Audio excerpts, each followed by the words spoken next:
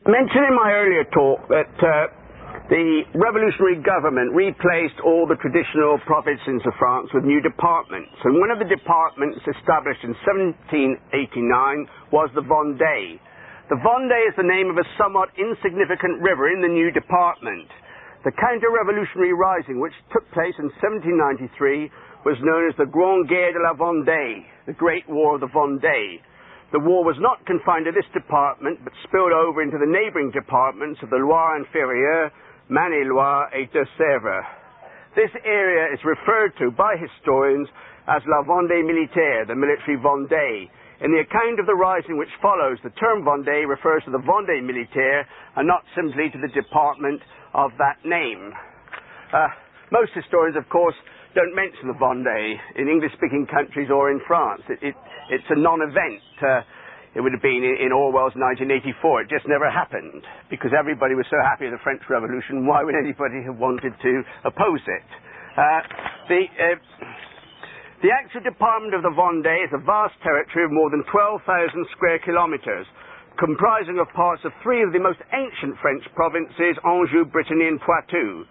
At the end of the 18th century, much of the territory was covered with dense woodlands, deep valleys, moors, heaths and rivers. The large area known as the Bocage, wooded region, in the centre of the department contained only two metal thoroughfares. Communication between villages was confined to tracks, often dating back to prehistoric times, with high banks overshadowed by trees and bushes, perfect country for guerrilla warfare. It was a region inhabited largely by peasant farmers engaged in intensive agriculture and was an important source of food for Paris. The department was one of very contrasting regions with contrasting characteristics among the people who inhabited them. The Vendée Militaire was certainly the most Catholic region in the whole of France. The people were devoted to their priests, who were frequently members of families living in the very parishes they served. There was no greater honour for a Vendéan peasant family than to have a son become a priest. Between the priest and the peasant there was no rivalry, mistrust or conflict. The people not only loved and looked up to their priests, but expected them to be worthy of respect. The people were, in general, equally devoted to the nobility, in a manner that was unique for the whole of France. Complaints of unjust or absentee landlords were unknown in the Vendée. The aristocrats did not burden their peasants with unjust taxes, and in fact they had not exercised their feudal privileges since the 17th century. It was the general practice for the curé, the parish priest, to announce from the pulpit hunts organised by the lords on their own estates, and to invite the peasants to take part. This was a gesture unique to the Vendée. There was practically no crime in the region. There were very few lawsuits. It was a bad place for lawyers to live. And there was an exceptionally high rate of literacy for rural France at this time, which was thanks almost entirely to the zeal of the clergy. The people of the Vendée were outraged when their priests were required to take the oath of loyalty to the revolutionary constitution. Only 1 in 6 of the clergy in the Vendée took the oath, and of those who did, many later recanted. The fact that 5 out of every 6 priests refused to take the oath is truly amazing in view of the fact that a refusal to do so meant an immediate loss of income. And as you know, to all traditional Catholic clergy, income is something that really matters. But so that shows that's a great sacrifice to begin with. They were prepared to forego their income in the interests of the faith. Clergy, as I told you this morning, who took the oath were called the juring clergy, jurors or constitutional priests. Those who refused the oath were the non-juring clergy or non-jurors. The word juror is derived from the French verb jurer, to take an oath. The juring clergy were referred to by the Vendéens as intrus, which means intruders, which was usually abbreviated as trout or trouton. So if they saw a juring priest come in, they'd say, look at that so-and-so trout. These intruding clergy, they were foreigners where the Vendéens were concerned, from cities such as Paris, and they were intruded into a country that was not their own, and into parishes where nobody wanted them. The non-juring clergy were referred to by the Republicans as réfractaires, which means refractory, stubborn, or rebellious. The government not only alienated the entire peasant population of the Vendée by persecuting their beloved non-juring clergy, but by attempting to impose the despised jurors upon parishes that did not want them. Non-juring priests warned their people to shun the intruding juror, l'intrus, who would eventually replace him. They warned young couples to be married before the intrus arrived, since any marriages that he conducted would not be valid as the Pope had deprived him of his jurisdiction. The missionary order of the Mulotins, founded by St. Louis-Marie Grignon de Montfort, who lived from 1673 to 1716, was particularly active in persuading the faithful not to accept the juring priests. The preaching of this saint and his priests had played no little part in ensuring that the Vendéens were the most fervent Catholics in France. The National Assembly sent juring clergy into the Vendée from Paris and other large cities. Resentment towards them was so great that they frequently needed an armed escort of National Guards to escort them to their installation, through crowds of parishioners shouting, "Ne jurez pas, ne vous damnez pas," do not take the oath, do not damn yourself. When a juring priest was able to take possession of his new parish, he might well find that his predecessor had taken all the sacred vessels, mass vestments, and keys. What the priest could not take with him, the people hid. Juring priests were hooted at, jeered at, and even kicked when they appeared in public. The faithful would not assist at the Mass of a juring priest, as they considered their church to have been profaned by his very presence. When the Abbé Pierre from Paris was installed as the parish priest of Mayençais-Arrive, he was followed into the church by women who scrubbed the stone floor everywhere he had put his feet, because they believed his footsteps had polluted their church. Assisting at the Mass of a juring priest was considered to be an endorsement of the Revolution. No peasant wanted to be seen even in the presence of a juror, since he was considered to be a carrier of a spiritual plague. Children who made their first communion with him were said to have become food for the devil. Parents of newly born children would refuse to have them baptized by juring priests, and would be literally marched to the church at gunpoint by National Guards. These National Guards, who were probably atheists, would have to act as godfathers, since no one else would be present. National Guards also had to act as servers, crucifers, or candle bearers during the Mass, as the sacristan and altar boys refused to be present. The position of the intrus was not helped by the fact that the non-juring curé would often stay in or near his parish, usually hiding in the homes of parishioners. He exhorted his people to resist the government and the intrus, and he offered Mass for them in secret. Another means widely adopted to outwit the government was to multiply the already numerous and very popular local pilgrimages. The faithful would march along the country lanes, usually at night, to pray at roadside shrines and chapels, where, by a planned coincidence, they would happen to meet their non-juring curé, who would administer the sacraments to them. The immediate cause of the Vendéan uprising was the decree of the General Assembly of the 24th of February 1793 that 300,000 men were to be conscripted into the revolutionary army. News of the September massacres had reached the remotest villages, and the Vendéens were still in a state of shock at the murder of the king, the good king, le bon roi, only a few weeks before. The very idea of joining the army of a regime which persecuted good priests, attacked religion, and had killed the good king was one which these exemplary Catholics would not so much as consider. The Vendéens resented the fact that their able-bodied young men should be taken far away from the farms that needed their labor to fight with men with whom they had no quarrel, on behalf of those who were implacably opposed to every belief that they held dear. They resented the fact that the conscription decree was implemented by the bourgeoisie from the local town, who were themselves exempted from conscription because of the public offices that they held. These bourgeoisie were the same men who had bought up the best church lands at a premium when they had been nationalized in 1789. These were men who had been rich before the Revolution and had been made even richer by the Revolution at the expense of honest peasants and the church, to which the peasants gave their love and their loyalty. As one peasant expressed it, "They have killed our king, chased away our priests, sold the goods of our church, eaten everything they have, and now they want to take our bodies. No, they shall not have them." The tocsin sounded in 700 parishes. The tocsin was the alarm calling the faithful to arms. The Catholics of the Vendée rose as one man to fight for religion and the good king, in what has been described as the last crusade. The rising was entirely spontaneous.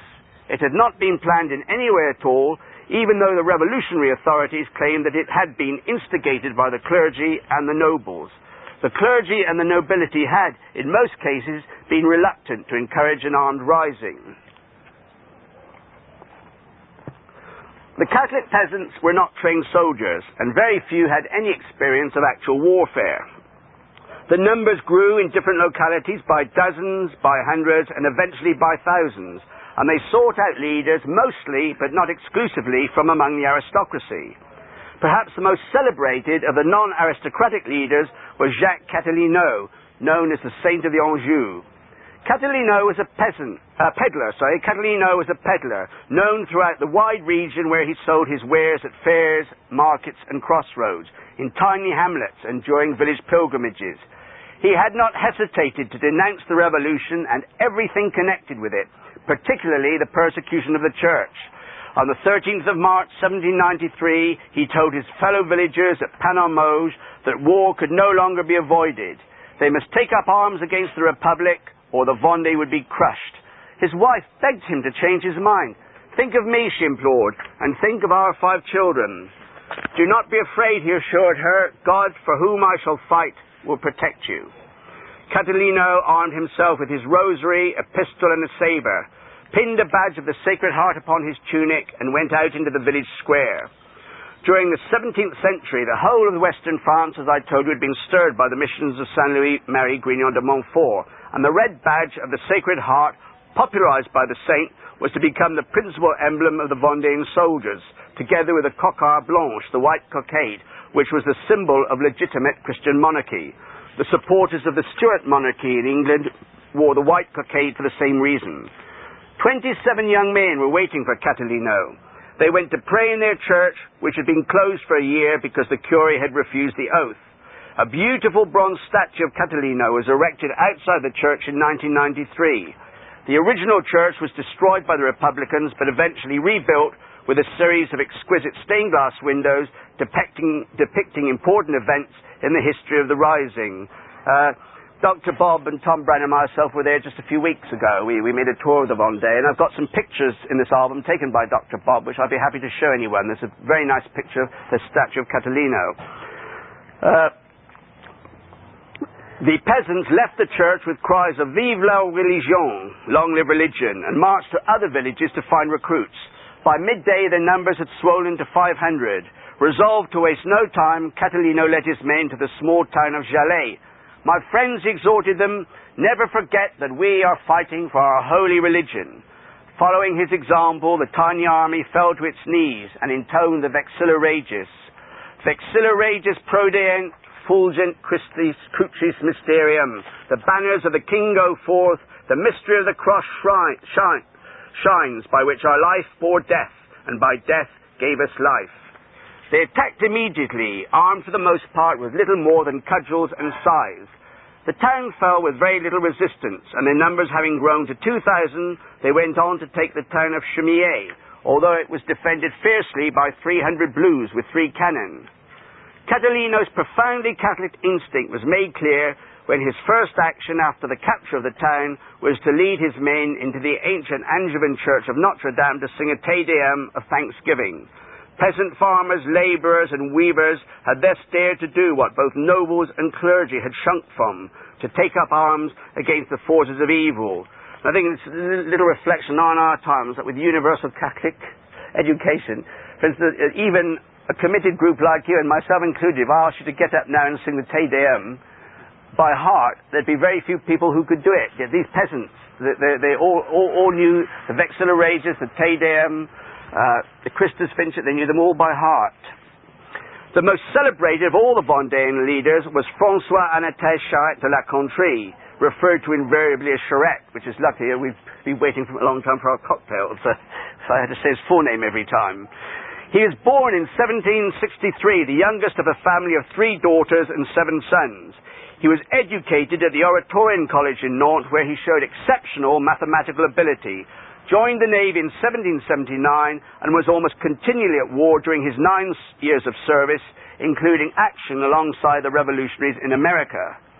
Charette was the least inclined of all the Vendéan leaders to integrate his forces totally into the Catholic and Royal Army. He was also far from inclined to involve himself in the uprising. As a professional military man, he probably realized that the possibility of a victory over the revolutionary forces was not great. It is even claimed that when a crowd of peasants arrived at his home to put him at their head, he hid beneath the bed to avoid them.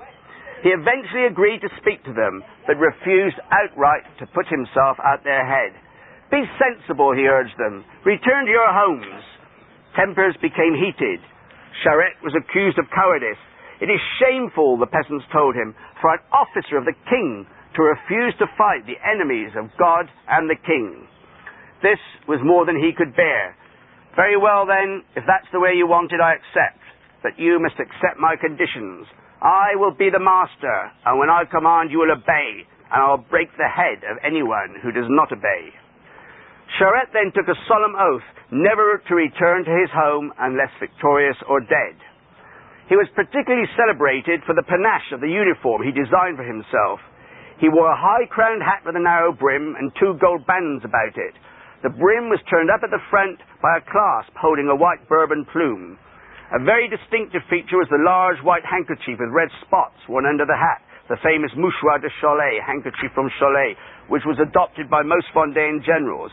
His coat was sometimes of hunting green, and at others of a bluer snuff colour, with a broad white sash, buckskin breeches and boots with brown tops. There's an excellent picture of Charette in my book, which I omitted to say all the pictures in the book have been done by Tom Brannan. He's probably embarrassed by my saying that, but they're the best thing in the book. But you can have a look at Charette's picture afterwards. A former Count, General Marsay, this is a little point, most of the revolutionary armies were led by former aristocrats who renounced their titles and went over to the revolution. A former Count, General Marsay, was sent from La Rochelle to suppress the rising with 2,400 infantry and 100 cavalry.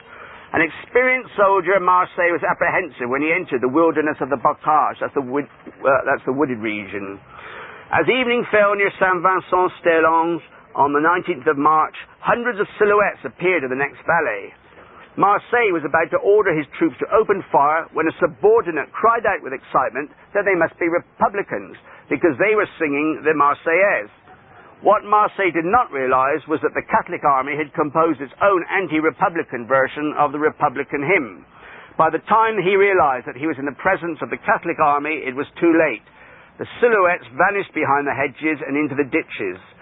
Shots came ringing out from every direction. Cries of "Vive la Religion, Vive le Roi" rang out, and the blues were put to flight. The Vendéans had by this time come to refer to all Republican troops as blues, professional soldiers as well as the despised National Guard. 500 blues and 200 peasants were buried the next day, and the Catholic army gained a large quantity of weapons. As the war progressed, the Catholic army equipped itself with weapons taken from the defeated blues. By the 21st of March, a good number of other towns and villages had been taken, and the Catholic and Royal Army could have captured without difficulty all the great cities of the region, Nantes, La Rochelle, Angers, and Tours. Napoleon has testified to the fact that they could have marched unopposed to Paris, taken it, and overthrown the revolution. But, as was almost invariably the case during the entire campaign, having won their victory, the peasants disbanded themselves and returned to their homes and their farms, on this occasion to prepare for Easter. "Who are these Vendéans?" asked the deputies at the National Convention. On the 23rd of March, 1793, the convention decided to end the uprising once and for all. An army of 35,000 professional soldiers was sent to wipe out the rebels. It was commanded by the former aristocrat, General Berryer, who travelled everywhere with a large retinue of cooks and servants. Berryer made the Vendéans furious by massacring the inhabitants of the village of Barret. On the 11th of April, 1793, the outraged Catholics put Berrier's army to flight, capturing hundreds of prisoners. Not surprisingly, the Catholic soldiers wished to massacre their prisoners, just as the villagers of Barret had been massacred. The Catholic commander was Joseph-Louis Maurice Gigostel-Bey, who had served as a regular soldier in the cavalry, but had retired to his small estate in the country in 1791 to live the life of an obscure country gentleman, apparently unconcerned with the political and religious crises surrounding him. A deputation of peasants visited Delbey at his chateau of La Loge to persuade him to command them. He was most unwilling to do so. His wife had just given birth to a child, relatives had arrived for the baptism, and his only desire was to remain quietly on his estate in the bosom of his family. He addressed the peasants from the balcony. "My children, what have you done? How can you possibly hope to resist the troops of the Republic?" He pointed out the irreparable harm that a civil war would cause, and stressed that they were men with no military experience who would be opposed by regular soldiers. He sent them home to their wives and children, telling them to think of their families, to reconsider their stand, and to come back only if they were truly prepared to die for their cause. The next day, even more men, a huge crowd, appeared at Delbey's chateau, insisting upon their willingness to fight and die. When he found that the peasants could not be shaken from their purpose, he made them promise to act as men of resolution and stout heart, and never to lay down their arms until they had cast off the yoke of the Republic. Then forthwith he led them to the town of Beaucréau. His first task was to ensure that no harm came to the Republican prisoners, one of whom later described Delbey as a friend of humanity who never shed blood unnecessarily and was always opposed to the murder of prisoners. But on the 11th of April 1793, it seemed there was nothing that Delbey could do. His men were determined to make the blue prisoners pay for the massacre at Barret. 500 of these prisoners were held inside the church of Saint-Pierre at Chemier. Delbey stood on the steps of the church, interposing himself between his men and the prisoners. He pointed out that if Catholics behaved as brutally as Republicans, they might just as well be Republicans. He begged the peasants to show mercy, but they replied that no mercy had been shown at Barret. As a last resort, Delbey begged his men to at least kneel down and say one Pater Noster before carrying out their dreadful resolution. The peasants removed their hats and knelt down. When they reached the words, "Forgive us our trespasses," Delbey ordered them to stop. "Do you dare to mention God?" he cried. "You are asking him to forgive you in the same way that you pardon others." The lesson was obvious to the Catholic peasants. 500 blue prisoners were saved. And sort of a few days ago, Dr. Tom and I were standing on the very steps where Delbey stood to say this famous Pater. It's called the Pater of Delbey. After the death of Cathelineau, Delbey was appointed Generalissimo of the Catholic and Royal Army in July 1793. He was badly wounded at the Battle of Cholet on the 17th of October 1793, when a Vendéan army of 35,000 men was defeated in a ferocious battle by a Republican army of 32,000 elite regular troops. The Republican General Kléber, who came from Alsace, paid a tribute to the courage of the Vendéans, who fought, he said, like tigers. Delbey received 13 wounds from which he did not recover. When he was captured by the Blues on the island of Noirmoutier in January 1794, he was still too weak to stand. On the 7th of January, displaying the courage expected of a Vendéan general, Maurice Gigot Delbey faced the firing squad seated upon an armchair, which can still be seen in the museum of the nearby chateau. On the 10th of March 1793, it was announced that as not a single volunteer for the Republican Army had been forthcoming from the district of Saint-Florent-l'Évêque, lots would be drawn on Tuesday the 12th of March. When Tuesday came, the town was invaded by 2,000 armed peasants wearing the right royalist cockades in their hats. They were opposed by only a handful of gendarmes and 200 poorly armed National Guardsmen. Spokesmen for the peasants, the mayors of Saint-Florent and 2 neighbouring towns, demanded that there should be no drawing of lots and that the Republican troops should lay down their arms. Republican speakers opposed the proposal. A shot rang out and a Republican speaker fell mortally wounded. The National Guard opened fire on the crowd, killing or wounding almost 40 of them. The enraged peasants fell upon the guards, crying, "Vive le roi!" and "Vive les prêtres!" Long live the priests. The Republican officials joined the flight, and triumphant peasants first looted and then burned their offices. The guardsmen panicked, threw down their weapons, and fled. The die had been cast. What they now needed was someone to lead them, and there could be only one possibility: Artus, Marquis de Bonchamps. The Marquis had served as an officer in India, rising to the rank of major in the Régiment d'Aquitaine. He refused to take the oath of loyalty to the Convention, resigned his commission, retired from the army in 1789, and went to live at the Château of La Baronnière near Saint-Florent-le-Vieil. On the 13th of March 1793, Bonchamps reluctantly agreed to lead the peasants of his district. He warned them of the consequences of going to war against the Republican government, but they were adamant. Bonchamps was recognized as an outstanding general even by the Republicans, but he is best remembered for his famous pardon. Like d'Elbée, he was wounded at the Battle of Cholet. In Bonchamps' case, the wound was fatal. The defeated Vendeans retreated across the Loire with artillery, ox carts, and animals. The crossing, which began on the night of the 17th of October 1793 and lasted 48 hours, was almost miraculous. Some years later, Napoleon expressed his astonishment at the scale of the achievement. 80,000 made the crossing, of whom less than half were fighting men. The rest were women, children, old men, and prisoners, 5,000 of them. It was evidently impossible to keep these prisoners during the retreat because, apart from anything else, there was a grave shortage of food. What was to be done with them? The answer was simple and certain. They must be shot. The Catholic soldiers were embittered by their defeat, heartbroken at the news that their beloved general was on his deathbed, and outraged at incessant Republican atrocities. There can have been hardly a single Vendéan who had not lost friends, relations, or family at the hands of the brutal invaders. Furthermore, if the Blues were released, they would soon be rearmed and in the field once more. Not to shoot them would be folly.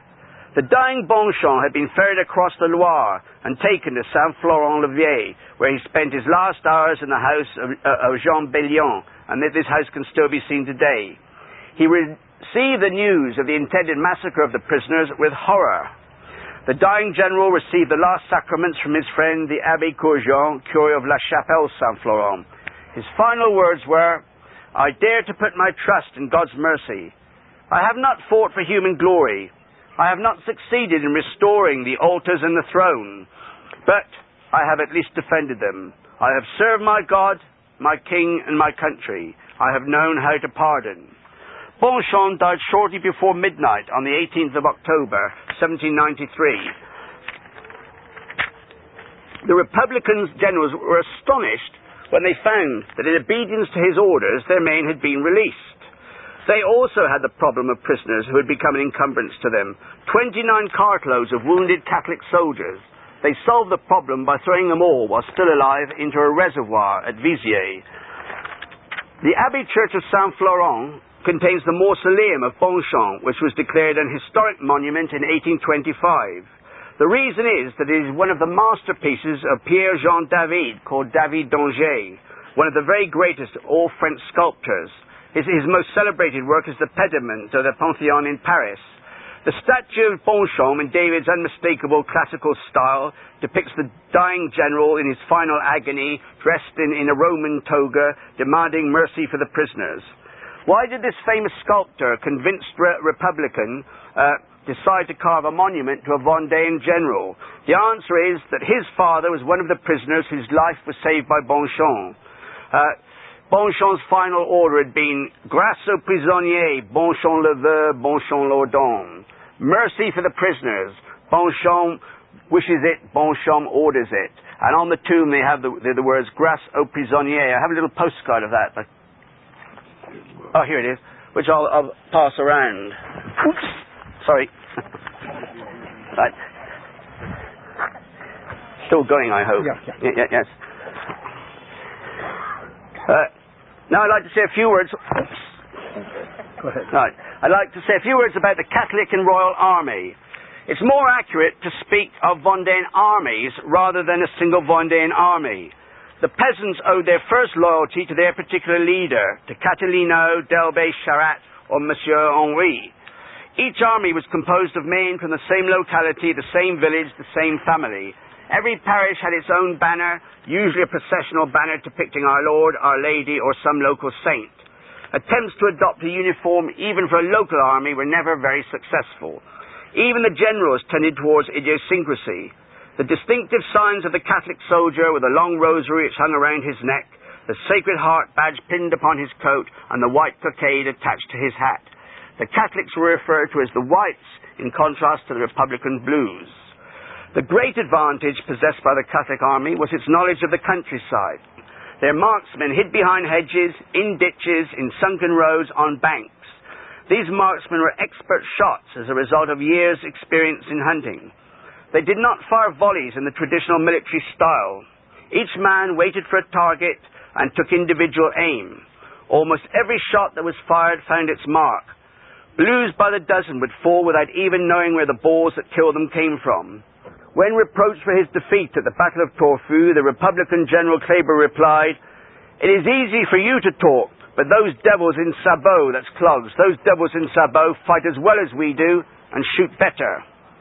When the Blues counterattacked, the Whites might disappear into the countryside, to appear again a few miles down the road. They would eventually attack, crying, "Vive la religion, vive le roi," and a ferocious hand-to-hand combat would ensue. In pitched battles, they would employ the tactic known as le grand choc, the great shock or charge. Instead of advancing upon the enemy in disciplined ranks, they would break ranks and fling themselves upon the enemy, screaming out their battle cry of "Romba, Romba." It is hardly surprising that the Republicans sometimes fled without resistance at what seemed to be a vast tide of steel sweeping towards them. Battles in which this tactic was employed were referred to by the Vendéens as shock, the most famous being the Grand Choc of Chaumier on the 11th of April, 1793. The great weakness of the Catholic army was its lack of discipline, its tendency to drift back home after a victory. The Catholic and Royal Army sometimes numbered as many as 80,000 men, but within 2 or 3 days of a victory, the vast majority might have returned home. The soldiers had farms to manage and families to feed. They felt obliged to hurry back to them after a successful battle.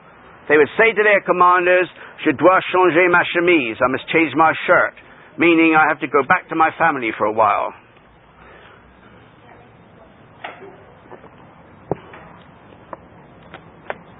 It would be confusing to go through the long list of battles, some of which the Vendéens won and some of which they lost, but mention must be made of the attempt to capture the key city of Nantes, which they could have taken easily earlier in the campaign.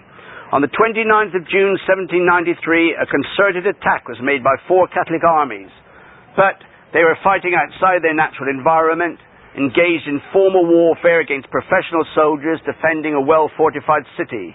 There was also a lack of coordination among the 4 armies, in which personal rivalries may have played a part. The attack was repulsed, which was not in itself a disaster, as the armies retreated in good order. But what was a disaster was the fact that Cathelineau, the Saint of Anjou, Generalissimo of the Catholic and Royal Army, was fatally wounded. He died at Saint-Florent-l'Évêché on the 14th of July 1793, aged 34 years. The loss of the leader, who had done more than any other individual to build up what had become known as the Army of the Sacred Heart, had a devastating effect upon the morale of his followers. The elite troops of the Republican Army were an invincible force of 20,000 battle-hardened veterans known as the Mayençais. They were all professional soldiers who had previously fought in the French Royal Army. They had captured the electorate of Mainz, or Mayence in Germany, during the campaign of 1792, and had won well-deserved glory in defending it against the Prussian army in July 1793. Although eventually obliged to capitulate, these tough soldiers had been granted the honours of war by the Prussians and were repatriated on condition that they did not fight in the line again for 1 year. The National Convention, which had replaced the General Assembly, wished to end the war in the Vendée as quickly as possible, and decided that the most effective means of doing so would be to send in the invincible Mayençais, under the command of General Jean-Baptiste Kleber, who had commanded them at Mainz. The regiment arrived in Nantes on the 5th of September 1793. On the 19th of September, they confronted the Catholic and Royal Army at Torfou. Kleber left half his men in reserve and attacked the town with 2 battalions. It was defended by the Mayençais of Charette. The Mayençais were peasants who came from the district called the Pays de Retz, and they're very, very proud of coming from that area. They consider themselves superior not just to the people of the Vendée, but to everyone in France. And they were referred to as the Mayençais. The Mayençais repulsed the Blues with devastatingly accurate fire from windows, doorways, rooftops, and breaches in the walls. Kleber sent in reinforcements supported by artillery. The town was soon in flames, but the Pedres retreated in good order and continued to decimate the ranks of the Blues from behind every form of natural cover, trees, hedges, banks, and innumerable gorse bushes. Kleber refused to be withstood. He called in more reserves, and in the standard military formation of the period, the entire Mayençais army advanced in disciplined waves with fixed bayonets, singing the Marseillaise in step to the beating of their drums, and led by their brave general. It must have been a magnificent sight, rather like when you see Pickett's charge in Gettysburg. They got the heading lines of the drums beating. The result was irresistible. Despite their habitual bravery, the Pedres broke and fled. Mounted on his horse, waving his plumed hat, Charette did all in his power to rally them, but the rout was complete. The Pedres had no thought in mind beyond reaching the bridge over the river Sèvre. But when they did so, they encountered a force which terrified them far more than the Mayençais. They met their wives. The women were praying at a calvary near the bridge. All through the Vendée today you see these calvaries, these large stone crucifixes. The women were praying at a calvary near the bridge when their fleeing menfolk appeared. They were outraged by what they considered to be their cowardice, not knowing that for hours their husbands had withstood the finest troops in the French army, who vastly outnumbered them. The women blocked the path of the fugitives, then flung themselves upon the men, attacking them verbally and physically. The men were accused of being shameless, of not being men at all. They were stoned, struck with sticks, and their weapons torn from their hands. If the men were not concerned with the honour of the Pedres, the women were. They would go and fight in place of their men. The Pedres had no choice. At once, as one man, they turned and made for Torfou. Kleber had imagined that he only had Charette to deal with. But when the Pedres fled, the battle seemed to be over. Then, to his dismay, the army of Anjou, the Angevins, led by Bonchamps, arrived. It was the Grand Choc to end all Grand Chocs. Although wounded, Bonchamps insisted upon leaving his stretcher to fight with his men. Now that dirty scoundrel Bonchamps has arrived, snarled Kleber, we are completely... his comment was unprintable, but he meant things are difficult for us. So as he said, now that dirty scoundrel Bonchamps has arrived, we are completely beep. Right. Delbé also led his troops into the attack, as did the Marquis de Lescure. Charette and the Pedres returned. Kleber's army was engulfed in the tide of Vendains. Kleber made heroic efforts to rally his men, waving his tricolour beplumed hat in the manner of Charette. One historian of the war remarked, each hero was worthy of the other, but his efforts were fruitless. The Mayençais, who had retreated before no army in Europe, were forced to leave the field. Some accounts claim that they fled in panic, throwing away their weapons. Others, that they retreated in good order, kneeling and firing volleys every 30 paces. The amount of booty taken by the Vendains was enormous. Cannon, mortars, ammunition wagons, Republican money. But where the Vendains were concerned, only one thing mattered. The invincible Mayençais had been routed, and they had routed them. François Joseph Westermann, known as the Butcher of the Vendée, like Kleber, was also a native of the Alsace. He came from a noble and very Catholic family, but became a ferocious revolutionary and a disciple of Danton. Westermann won what proved to be the decisive battle of the war at Savigny on the 23rd of December 1793. The Catholics were outnumbered by 4 to 1. Time and again they attacked the Blue Battalions in heroic but hopeless charges. As many as 6,000 Catholic prisoners were massacred after the battle. Many of them were women, of whom a great number carried babies in their wombs. One wonders how anyone raised as a Catholic could have written the gloating report that Westermann sent to the Committee of Public Safety in Paris. This is what he wrote. The Vendée no longer exists. It died beneath our sabres, with its women and its children. I have buried it in the swamps and woods of Savigny. I crushed the children beneath the hooves of my horses and massacred the women. I do not have one prisoner to reproach myself with. I have exterminated them all. The roads are littered with corpses. Kleber and Marceau were not there. We took no prisoners. It was necessary to feed them with the bread of liberty. And pity is not a revolutionary sentiment. Westermann cannot have realized how true these words were, and when Danton fell in 1794, Westermann followed his mentor to the guillotine. Pity is indeed not a revolutionary sentiment. After Savigny, the Catholic and Royal Army had ceased to exist. that Westermann was premature in stating that the Vendée no longer existed. In the west of the country there were still men willing to give their lives for religion and the king, despite the terrible price that had been paid.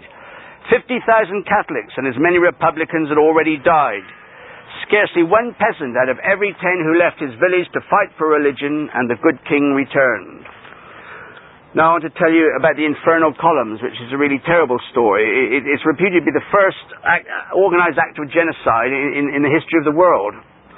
The terror unleashed upon the Catholics of the Vendée was certainly unparalleled until the advent of Stalin and Hitler. It was the ultimate manifestation of Sensus dictum was that the Republic consists of the extermination of everything which opposes it. This policy was carried out throughout the whole Vendée. The prisoners were just massacred everywhere without mercy. Thousands of prisoners were captured and put in the prisons of the city of Nantes. And these prisons were almost literally bursting with Catholics. They all had 3 or 4 times the number for which they'd been built. The squalor and the suffering this caused cannot be imagined. Old and young, men and women and children were all crammed together in conditions devoid of the minimum requirements of decency, sanitation or hygiene. Epidemics caused hundreds of deaths each day. Some bodies were thrown into the river Loire. Others were left in the prison cells to decompose among the barely living. Republican doctors who visited the prison made known their horror at what they found. The Republican excuse was that the guillotine could not eliminate the enemies of liberty at a sufficiently swift and economic rate. I mentioned to you this morning about the representatives on mission who were sent throughout the country to implement the revolution, and the bestial Jean-Baptiste Carrier was appointed representative on mission at Nantes on the 23rd of September 1793. And was invested with powers which gave him carte blanche to adopt any measures that he saw fit to deal with counter-revolutionaries. The measure that he saw fit to overcome the problem of prison overcrowding was to initiate the notorious drownings of Nantes, les noyades de Nantes. Prisoners tied together in pairs were placed in flat-bottomed barges. Holes were drilled in the sides and boarded over until the barges reached the middle of the river, when the executioner boatmen would remove the boards and jump into boats that were alongside, from which they watched their victims drown. These drownings were at first confined to priests and carried out surreptitiously at night, beginning with 90 priests on the 19th of November 1793. But they soon took place in broad daylight and were regarded as a form of public entertainment. At least 5,000 Catholics, priests, old men, young men, women and children were tied together 2 by 2, taken out into the River Loire in boatloads and drowned. The most depraved refinement of the drownings was the so-called mariage républicain, the Republican marriage, in which a man and a woman would be stripped naked, tied together, ridiculed and then thrown into the Loire. There could hardly have been a more sadistic way to humiliate devout Catholics. The Loire was referred to by Republican humorists as the baignoire nationale, the national swimming pool, and the drownings were termed baptêmes patriotiques, patriotic baptisms. Republicans remarked that even though the brigands, they referred to the Catholics as brigands, even though the brigands had complained while in prison that they were dying of hunger, those placed in the barges could hardly complain that they were dying of thirst. Carrier objected to trials as a waste of time. The very fact of being arrested must be considered proof of guilt. All these suspects, he commanded a judge, must be eliminated in a couple of hours, or I will have you and your colleagues shot. Carrier himself perished on the guillotine in December 1794, 2 months after the fall of Robespierre. The conventions decided that the Vendéens must be exterminated and every trace of their ever having existed eradicated from the face of the earth. And they did this, as I mentioned, by the Infernal Columns. General Turreau, yet another aristocrat who had embraced the revolution, was sent to the Vendée in January 1794 with these Infernal Columns. He referred to the Vendéens contemptuously as soldiers of Jesus. His assignment was to kill every living human being, irrespective of sex or age, and to burn and destroy every sign of human habitation. Thoreau commanded 6 divisions, and each division was divided into 2 columns, and the commanders of the columns vied with each other in their sadism and their violence. Even citizens who were known to be Republicans were referred to as patriots. Even citizens known to be Republicans who were found in Catholic villages were not to be spared. An order of the day read, "I order you to burn all that can be burned, and to bayonet every human being that you encounter." I know that there are some patriots in this country, but it cannot be helped. We must sacrifice everything. There was no level of brutality to which the infernal columns did not descend. Orders were given to conserve powder by killing with the saber rather than the gun. Women were raped as a matter of routine. Children were butchered and the bodies mutilated. Soldiers would tear unborn babies from the wombs of their mothers and carry them in triumph, still living on the points of their bayonets. Babies were taken from their cradles and cut in two with one blow of a saber. Women and children were thrown alive into a red-hot furnace. At Parc-sous-Birs near Mouchon, the chateau was burned to the ground, as were all the chateaux in the path of the infernal columns. 250 villagers were shot there, irrespective of age and sex. The bodies burned on a huge pyre and then thrown into a well of the chateau. At Gonard, 200 mothers, children, and old people were forced to dig a trench into which they tumbled as they were shot. At least 30 women and 2 children were still living when the trench was filled with earth. Every form of food was destroyed. Crops in the field, grain in barns, animals in their sheds. Any Catholic who escaped the columns was intended to die a lingering death from starvation. Needless to say, every church in the path of the columns was first profaned and then looted. The date of the 28th of February 1794 is particularly notorious in the history of the Revolution for the massacre of Les Lucs, 2 villages, Le Grand Luc, the Big Luc, and Le Petit Luc, the Little Luc. All the inhabitants of both villages and the surrounding hamlets were systematically butchered. Hundreds fled to take refuge in the church of Le Petit Luc. Those who could not enter knelt outside praying the rosary. The 70-year-old curé, the Abbé Voineau, like a true good shepherd, interposed himself between the blues and his flock, appealing to whatever vestige of humanity might remain in these monsters. They tortured him and then murdered him in the sight of his parishioners. The blues then fired upon the church and on those outside with their cannon. The church collapsed upon the dead, the dying, and the wounded. 564 Catholics died that day, of whom 110 were children of less than 7 years of age. A true massacre of the innocents at Bethlehem in the Vendée. All the atrocities that I've described so far were perpetrated in the name of liberty, equality, and most ironic of all, fraternity. And a few weeks ago I was present with Tom and Dr. Bob in the church of Le Petit Luc, where you can go and see, and they have a list of all these people who were murdered in this massacre.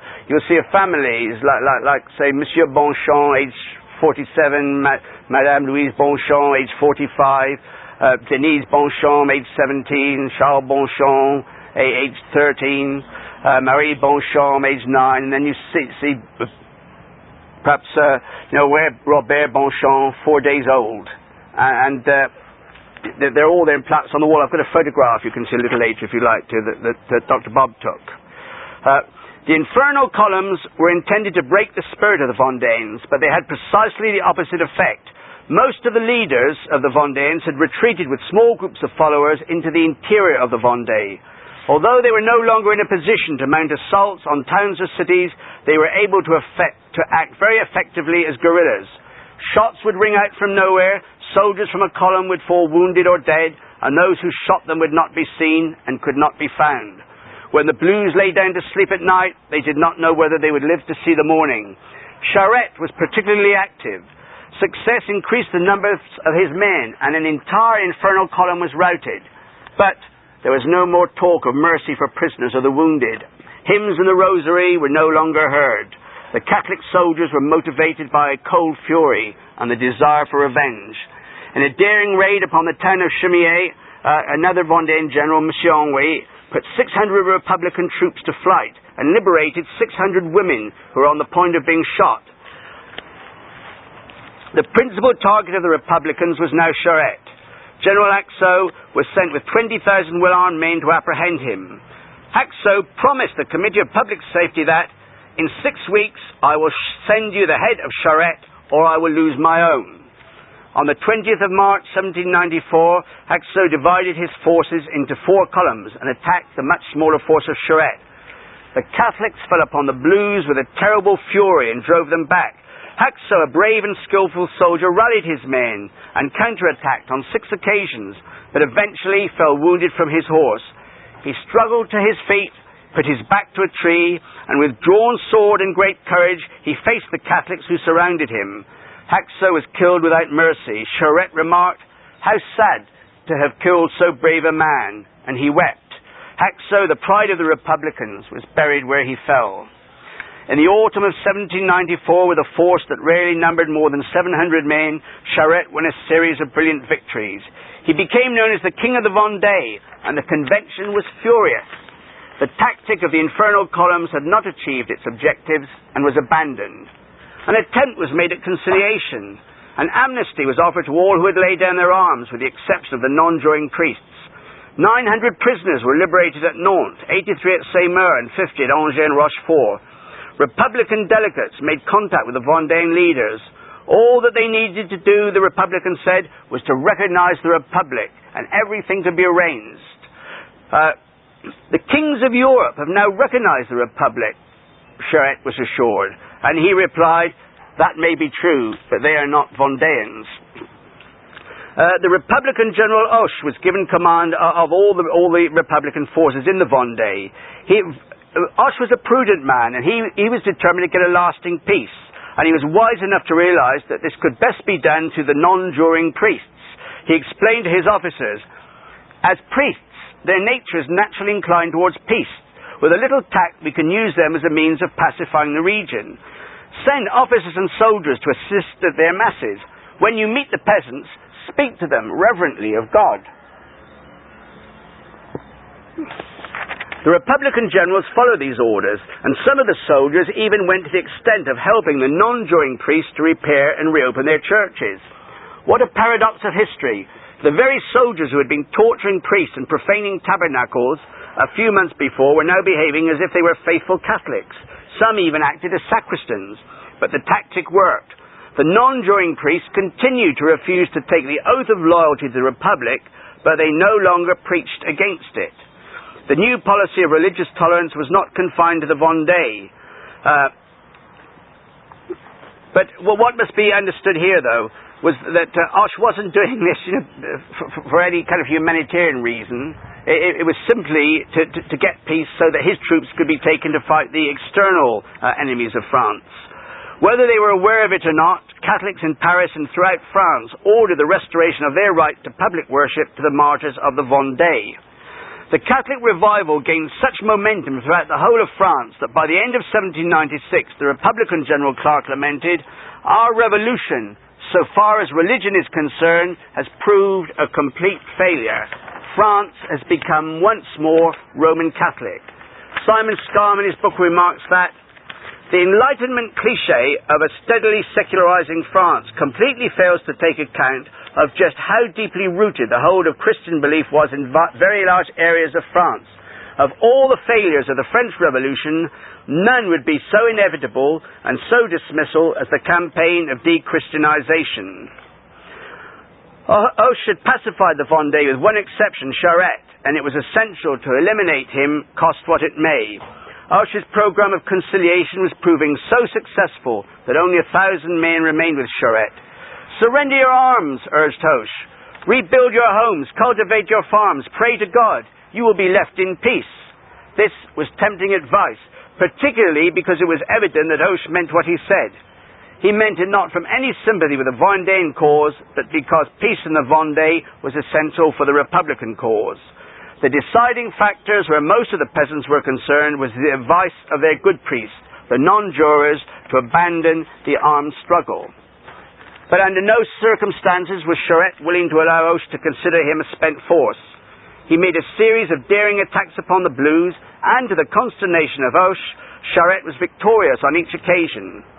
Although these victories were gained in what were no more than skirmishes, it was no less galling for the Republican general. On the 4th of December, Charette made a successful attack upon a Republican camp and won his final victory. Hoche was no longer willing to negotiate with him. Secure in the knowledge that his policy of conciliation had ruled out any possibility of a further popular rising, he decided to track down the king of the Vendée and eliminate him.